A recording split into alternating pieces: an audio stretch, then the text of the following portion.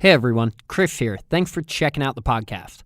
If you're enjoying it and learning something along with us, please consider becoming a supporting patron at patreon.com/ateachershistory. Or you could leave a rating and review on iTunes. It would be a huge help. If you'd like to raise your hand and participate along with us, you can find us on Facebook, Twitter, @ateachershistory, or shoot me an email, chris@ateachershistory.com. All right, let's get on to the next episode.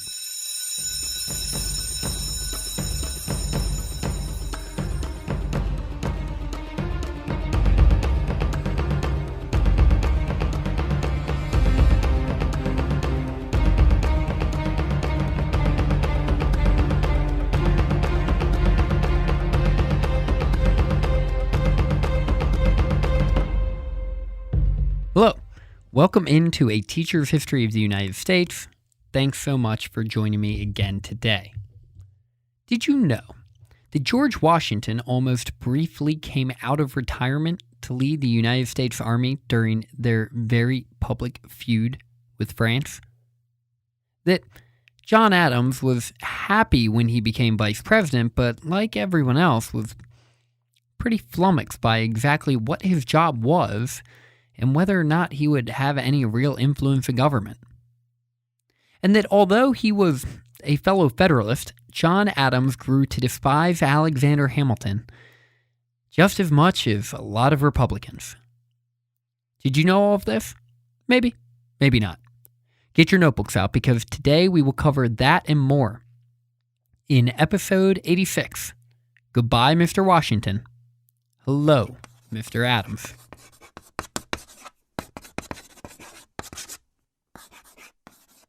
The book recommendation for this week is John Adams by David McCulloch.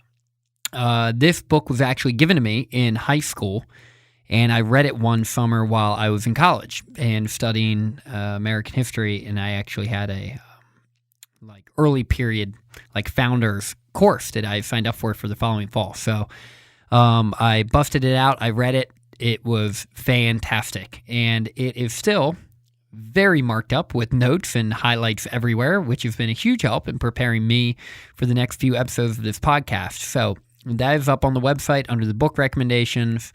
It was a fantastic biography if you want to check it out. So, welcome in officially to episode 86.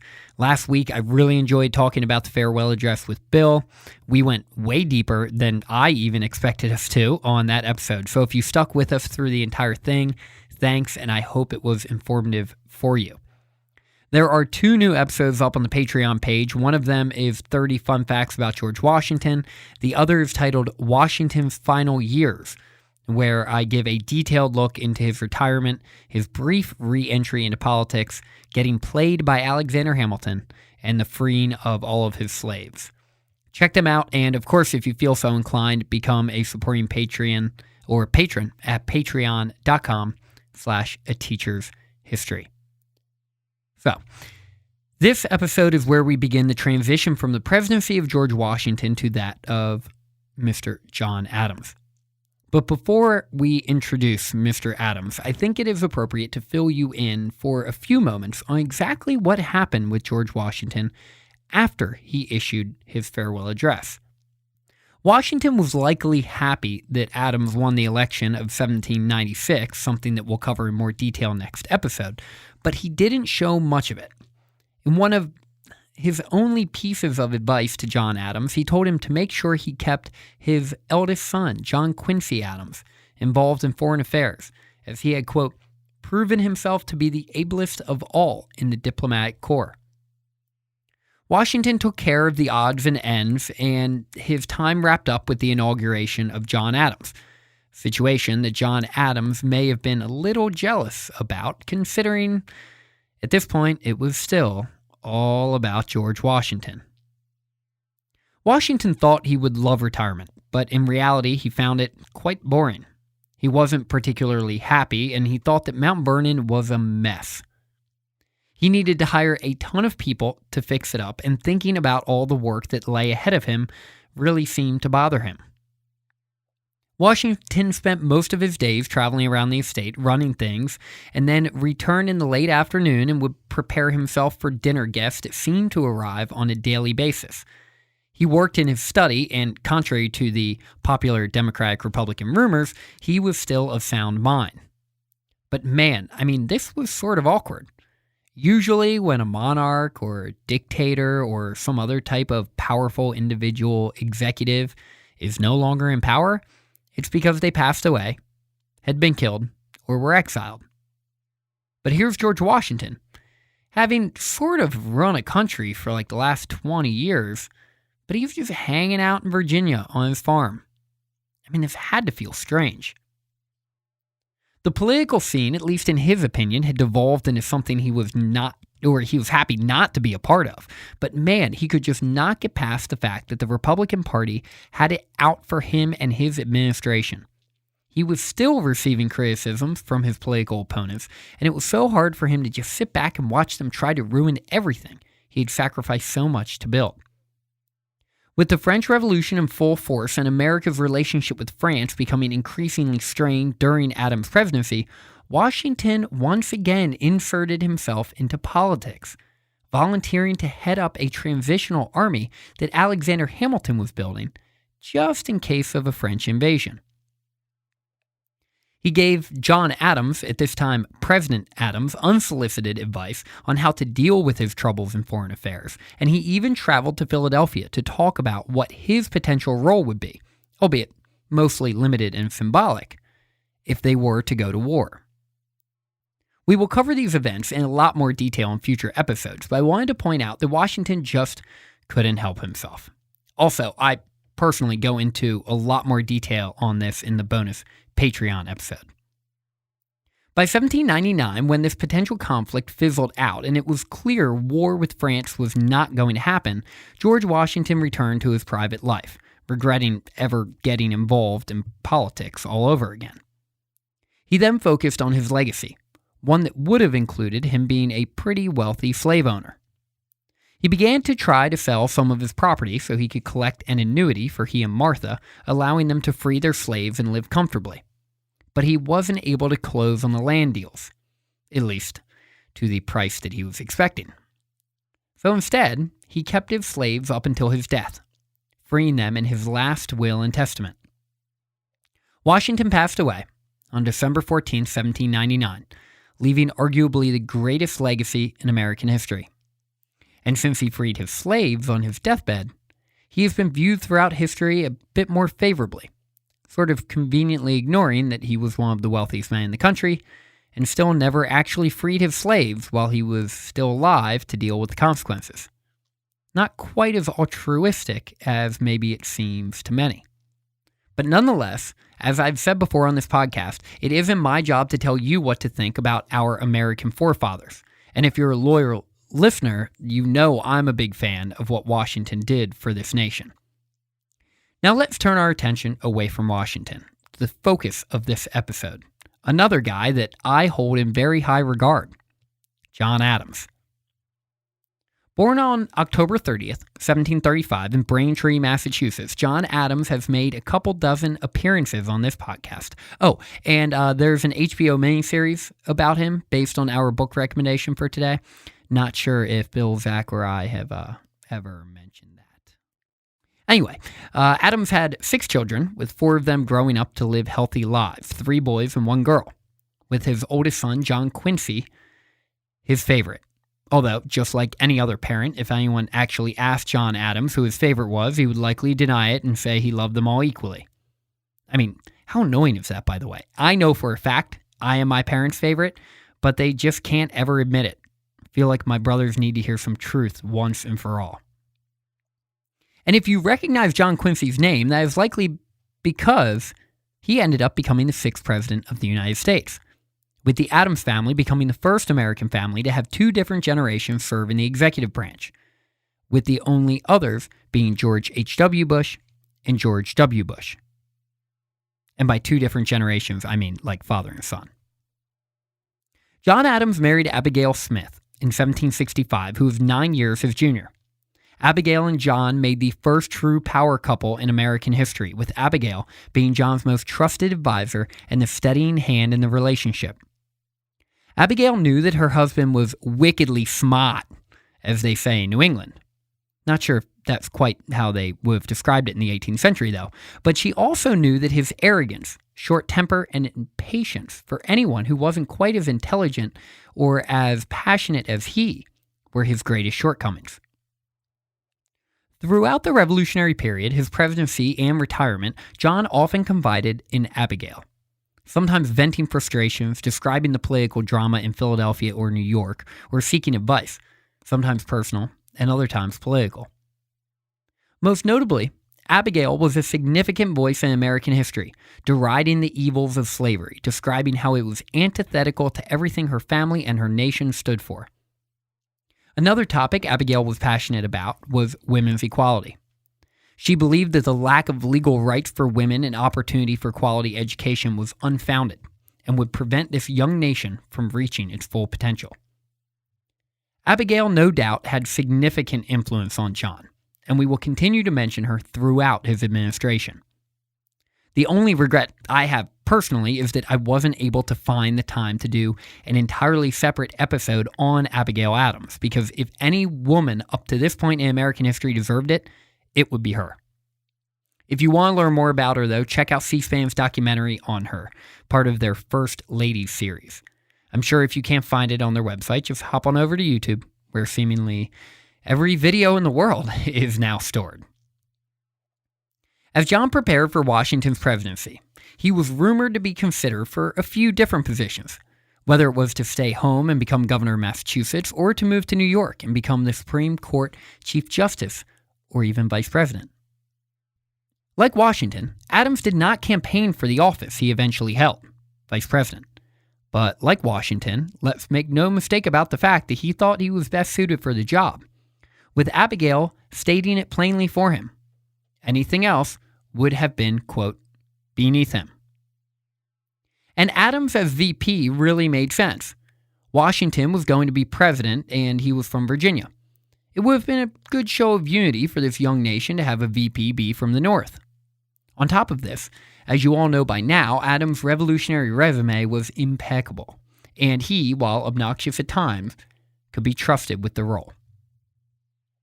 Speaking of his resume, though, many did remember his time in France trying to negotiate their entrance into the revolution.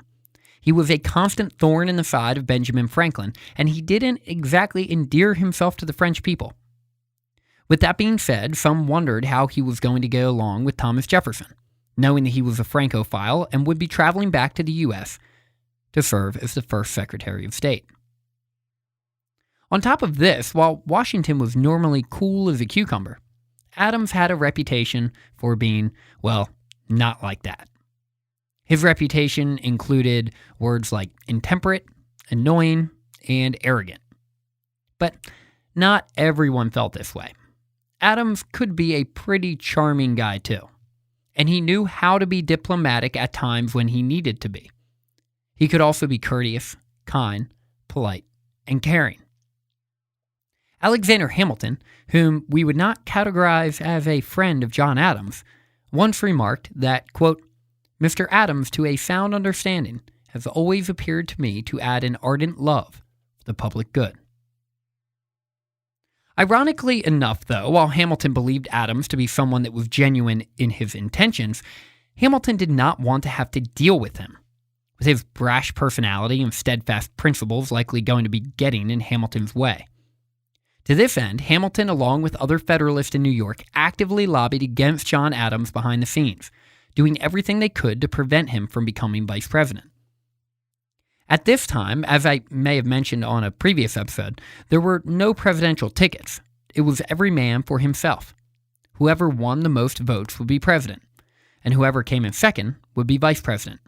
So each person that voted put two names on the ballot. Washington received a vote on all 69 ballots, with Adams receiving 34 votes, which would be one less than the majority of 35. While he comfortably won the vice presidency, he was a bit embarrassed that he received less than half the votes. Little did he know that likely had a lot to do with Hamilton's behind-the-scenes lobbying. As Adams made his way to New York to take his place as the first vice president of the United States, he was treated like a celebrity in each town he visited, and he loved it. That type of stuff is pretty good for an ego like John Adams. But while he was surely enjoying the hero's welcome in each of these towns, Adams had a lot of anxiety about becoming the vice president. He was a man with extremely high standards for both himself and others, and he desperately wanted to make a positive impact in his role as vice president. But, like he did in pretty much every major event in his life, Adams could only assume the worst. He didn't know exactly what he was going to do as vice president. Where would he fit in the grand scheme of things? What exactly was the job? Was there even a point of having the vice president? Adams knew himself well. He was a man with a lot of opinions, and a man who loved to excitedly share those opinions whether people asked for it or not. But based on his understanding of the vice presidency, there weren't going to be a lot of situations where his opinions really mattered, at least officially.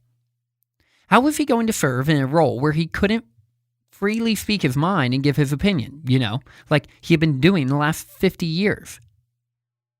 Nonetheless, whether Adams liked it or not, he recognized that his only official job, and I mean this literally, his only job was to be president of the Senate. And his only role there would eventually become casting a tie-breaking vote. That's it. In reflecting upon this strange circumstance, Adams lamented that, quote, "I feel a great difficulty in how to act. I am vice president. In this I am nothing. But I may be everything. But I am president also of the Senate. When the president comes into the Senate, what shall I be?" When Washington first arrived in New York to take his oath of office, Adams greeted him and led him to the balcony. In this, Adams must have had mixed feelings. As David McCulloch notes in his biography of Adams, it was in fact Adams 14 years earlier who had politicked for Washington to become the head of the Continental Army. Now he was watching Washington take the oath of office as its first president, while Adams was relegated to a role that more or less had almost no impact or responsibility. For a man like Adams, it must have been extremely difficult to relegate himself to second fiddle. The next few weeks were tough for Adams. He inserted himself into senatorial debates more than the senators wanted. Because remember, he was technically president of the Senate, so he was trying to figure out what exactly that meant. He advocated for things directly against the will of some senators, and they grew weary of his fiery personality and determined debate style quite quickly. These men were reminded once again why John Adams was genuinely viewed as a certified pain in the butt. This time in Adams's career seems to be a time that would have been perfect for Abigail to be present. She had the ability to calm John down, speak powerfully yet respectfully, and understand his passions and motivations like no one else. Adams just seemed to be hardwired to swim against the current. He loved picking fights, choosing a position, and refusing to relent from it. His ego and insecurities likely played a role, and in the presence of Abigail, he was often able to overcome these issues with more aplomb. And by the way, this is the second time in a small handful of episodes I've used the word aplomb. It is slowly becoming one of my favorite words, so keep an eye, or I guess an ear out for that one. And it was lost on no one how annoying John Adams could be at times.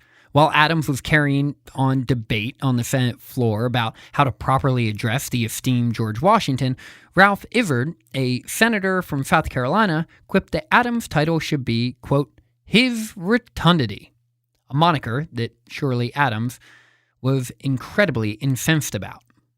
On top of this embarrassing nickname, John Page, a Virginia representative, wrote that Adams, quote, "I'll tell in a trice his old daddy Vice, who carries of pride an ass-load, who turns up his nose wherever he goes, with vanity swelled like a toad." And this may not have been totally Adams's fault. At this time, Washington was really untouchable. So when people had a problem with pretty much anything, Adams was the man that they took their frustrations out on. But the fractured relationship between Adams and the congressman was not lost on Washington. he believed it wise to keep his distance from Adams publicly. And this was hard. Adams at one point acknowledged that maybe he had been out of the country too long and was a little out of touch. I mean, he really took these attacks personally. Here was a man who put his life on the line literally as one of the earliest and most consistent revolutionary voices. He was a patriot through and through, and this mockery cut deep. I mean, when you think about it, he had represented the British soldiers following the Boston Massacre like almost 30 years earlier. That's crazy to think about. Not only this, but when word reached John Adams that none other than some New Yorkers, he didn't realize it was specifically Alexander Hamilton, had worked behind the scenes to siphon votes from him so as not to actually compete with Washington, Adams was crushed. He knew that the New Yorkers were the ones behind it, and being in New York and without his wife Abigail, who pleaded to drop everything and head to New York, he felt lonely and unwelcome. As these attacks grew on him, Adams was more regularly being labeled as a monarchist who wasn't a true patriot. Writing to his friend, Dr. Benjamin Rush, Adams lamented that his reputation had been so battered and his loyalty to the Republic was being questioned. And Rush agreed with Adams, noting that even after his years in Europe, Adams was, quote, strictly upright, a real American in principle and conduct. When Abigail arrived in June 1789, things began to improve for John. When word of the French Revolution arrived in the United States, it caused some serious consternation. Adams was shocked and alarmed by the news, writing essays in newspapers denouncing the actions of the French revolutionaries. While he empathized with their cause, their actions were inexcusable. The violence and murder was not going to lead to stable and peaceful government, at least in the mind of John Adams. And knowing this, and maybe knowing a bit about late 18th and early 19th century American history, you may be surprised to hear that when Adams first took his position as vice president, he and Thomas Jefferson were pretty fond of each other. Both being early revolutionary radicals, Adams and TJ had a common bond dating all the way back to the Second Continental Congress, where John Adams noticed some serious talent in this young representative from Virginia, who was just as radically revolutionary as he was. This relationship would devolve over time, particularly with the actions of President Adams after the election of 1800, but for now the two men admired and respected each other, even if they disagreed on major issues. In fact, while TJ respected Adams' intellect and his patriotic resume, he was aware of Adams' struggles in France and embarrassed by his views on the revolution. Jefferson went out of his way as a member of the First Cabinet to not seek out Adams for counsel on any important issues. And while Adams was vice president, it was known to many that it was going to be, in fact, Thomas Jefferson who was going to emerge as Adams' primary competitor for the presidency after Washington retired. When Hamilton flipped the political debate on its head with his Assumption Bill and proposal to create a national bank, and with it, the move of the capital to Philadelphia, Abigail and John moved to the temporary capital, and their children all joined them. As the revolutionary in France heated up and began to become more violent, the already dimming relationship between Jefferson and Adams seemed to fully break. While they kept it cordial, it was clear that these two men were moving in a different direction. But both men seemed to be in denial, convincing each other that their relationship was still in good shape, with just a few misunderstandings coming between them. But really, from here on out, with Jefferson slowly entering national politics and the public eye with more prominence, it was clear to everyone that Adams and Jefferson were on opposite ends of pretty much every primary political issue. As Adams began to learn that Philip Freneau was the editor of the National Gazette while working under Jefferson in the State Department, it became clear that Jefferson was opening an attack on the Federalist-leaning members of the cabinet. But to be fair to Adams, he did really everything he could not to openly identify himself as a Federalist, and to stay as far away from clear identification with the party of Hamilton. Because really, the only thing that Adams and Jefferson had in common was that over time, they both grew to absolutely abhor Alexander Hamilton and everything he stood for. Surprise, surprise.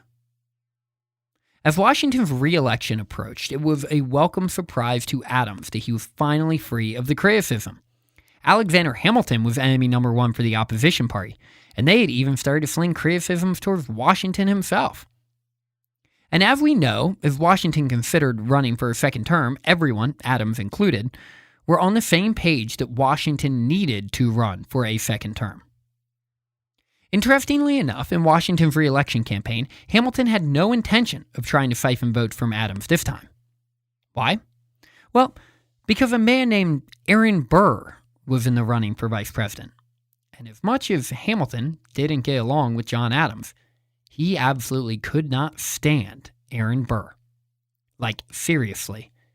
His hatred of this guy knew no bounds. With Republican George Clinton also making a move for the VP spot, Hamilton wrote a letter to Adams that he needed to get back to Philadelphia and make himself seen, and began to campaign for his job again. Once Washington officially announced in November he would accept a second term, he decided to head to Philadelphia.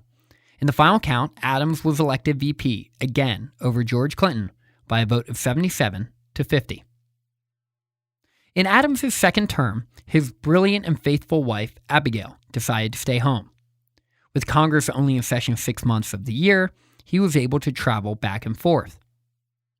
Abigail stayed back to take care of their home and land so they could retire peacefully one day, but nonetheless they missed each other desperately, with Abigail writing to John that, quote, "I want to sit down and converse with you every evening. I sit here alone and brood over possibilities and conjectures." John responded to her once, reminding her of how much he valued their communication, by explaining that, quote, "You apologize for the length of your letters, but they give me more entertainment than all the speeches I hear. There are more good thoughts, fine strokes, and mother wit in them than I hear in a whole week." They exchanged views on politics, the goings-on in France, and pretty much everything you could possibly imagine. They wrote about clothing, philosophy, their family, and their land. Once the second term got started, the Democratic Republicans refocused their attention from Adams back to Washington, with Adams observing that, quote, "the hellhounds were in full cry." As the political scene heated up, Adams, for the most part, stayed out of the way. His independence and his constant annoyance at the sight of Alexander Hamilton allowed he and TJ to remain somewhat close personally. But while Adams did not insert himself often into public debate, behind the scenes, he was personally horrified about what was going on in France. With this, John Adams certainly approved of Washington's controversial Declaration of Neutrality. And the timing was perfect, because in 1793, in France, things had begun to totally unravel. The Reign of Terror commenced and 3,000 men and women were taken to the guillotine in Paris alone, while the violence outside Paris proper was even worse. In 2 other instances, hundreds of people were killed by cannon fire, and another couple thousand were forced on barges tied together, taken out to the middle of a river, and drowned. The chaos in France and the continued instability would help to define Adams's future presidency. At the same time, an epidemic of yellow fever hit Philadelphia hard, with people dying left and right. In all, this epidemic killed a total of 5,000 people. The threat ended in November, but in France, things just kept getting worse. Marie Antoinette and Robespierre, amongst others, were all sent to the guillotine. In all, this reign of terror took a total of 14,000 lives. Absolutely incredible. Even though things were out of control in France, Washington and Adams were settling into their familial roles once again in their second term. While Adams was happy to be vice president again, he was under no pretense that the vice presidency was actually important.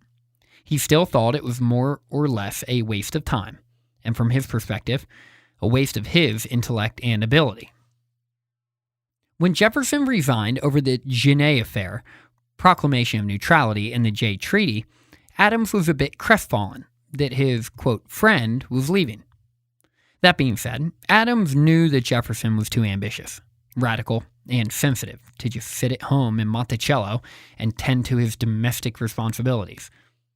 When hearing of Jefferson's resignation, Adams wrote to Abigail that, quote, he had admired Jefferson's abilities and dispositions for so long, he could not help feel some regret at his leaving. But his want of candor, his obstinate prejudices of both aversion and attachment, his partiality despite all his pretensions, his low notions about many things, have so utterly reconciled me to his departure that I will not weep. When Jefferson finally did leave, Adams in fact wrote, quote, Jefferson went off yesterday, and a good riddance of bad wear. Adams knew that Jefferson would not just retire to Monticello and do nothing. He was far too ambitious for something like that. Writing to his son, John Quincy, John Adams explained that, quote, Jefferson thinks he shall by this step get a reputation of a humble, modest, meek man, wholly without ambition or vanity. He may even have deceived himself into this belief. But if the prospect opens, the world will see he is as ambitious as Oliver Cromwell. Though his desertion may be a loss to us of some talent, I am not sorry for it on the whole, because his soul is poisoned with ambition. Ouch. And let's be clear, right? John Adams was an ambitious dude too, and he didn't really hide from that. He just thought Jefferson was on like another level of ambition from himself. And I do want to point out that while Adams was pretty critical of Jefferson, he did in fact make an effort to keep in touch with Jefferson and maintain a diplomatic relationship with his budding political rival. As Washington's second term dragged on for Adams, he was clearly becoming more and more aged from the political process. He was viewed by Congress as an old man. His health was beginning to fail, or at least it looked like it. He had given up his wig, because it was now out of fashion, and revealed a gray and balding head. His hands trembled, his eyes were often red and swollen from his reading and writing, and he was becoming more overweight, lending more legitimacy to that sarcastic nickname that he had previously been assigned to him, his rotundity. He wrote to his son that his health made him wonder how much longer he could stand public life. He began to consider retirement and a quiet life.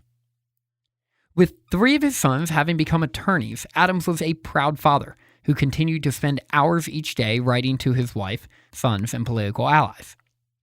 John Quincy was the son who got most of his father's attention, with John once writing that, quote, all my hopes are in him, for my family and for my country. And as a side note, by all accounts, John Quincy Adams was an incredibly impressive young man. His rise to political prominence wasn't just a case of being born with the last name Adams. But we will cover him in more detail in future episodes, of course, as he will become president sooner rather than later. With his new perspective seemed to come a more calm, measured, and peaceful John Adams.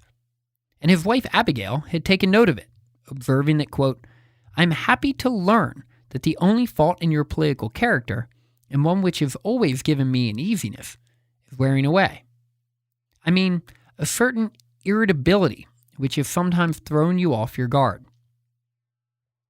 Following the Whiskey Rebellion, Alexander Hamilton and Henry Knox both retired, leaving only Edmund Randolph still in place as a member of Washington's original second-term cabinet. And we know that George Washington will eventually ask him to resign too. After Randolph resigned, Washington was then left with a cabinet that couldn't even compare to its original members. As Washington's presidency entered its 8th year, it became pretty clear to everyone that John Adams was the heir apparent to George Washington. While this was likely assumed by many for years, John and Abigail rarely discussed such a drastic life and career change. Abigail, who likely preferred her husband to just retire, made sure to not try to influence him one way or another. One thing was clear, though. Neither John or Abigail were going to be on board with being vice president again. But the reality was that John was going to make a run for the presidency, admitting that he was, quote, weary of the game, yet I don't know how I would live out of it. But running for president and doing so in the shadow of George Washington and the partisan political climate was not lost on either of them, with Abigail writing her husband, quote, "You know what is before you, the whips, the scorpions, the thorns without roses, the dangers, anxieties, the weight of empire. Still, the presidency would be a glorious reward for all his service to the country, should Providence allot him the task." That being said, Abigail reminded him of his age, his shaking hands, and his political weariness. Nonetheless, though, Adams continued forward with the plan to run for president. During the chaotic reaction to Jay's treaty, Washington invited Adams over for dinner alone and informed him that he planned to retire. During that dinner, Adams claimed to have discovered that he and Washington agreed on more about politics than he once realized. Adams wrote back to Abigail that Washington, quote, detained him there until 9 o'clock and was never more frank and open about politics. I find his opinions and sentiments are more like mine than I ever knew before, respecting England and France and our American parties. With his belief that his politics were much more aligned with the great George Washington than maybe he had previously assumed, John Adams was ready to make his run at the presidency as the representative of the newly organized Federalist Party. And he would compete with none other than another revolutionary legend in face of the Democratic-Republican Party, Mr. Thomas Jefferson. Next week, we will dive into the election of 1796 and begin to talk about the issues that John Adams dealt with as the second president of the United States, the only presidency that sat squarely under the shadow of George Washington. Not an easy act to follow. Thanks for listening, and hopefully now you can take pride in knowing just a little bit more about the history of the United States. Class dismissed.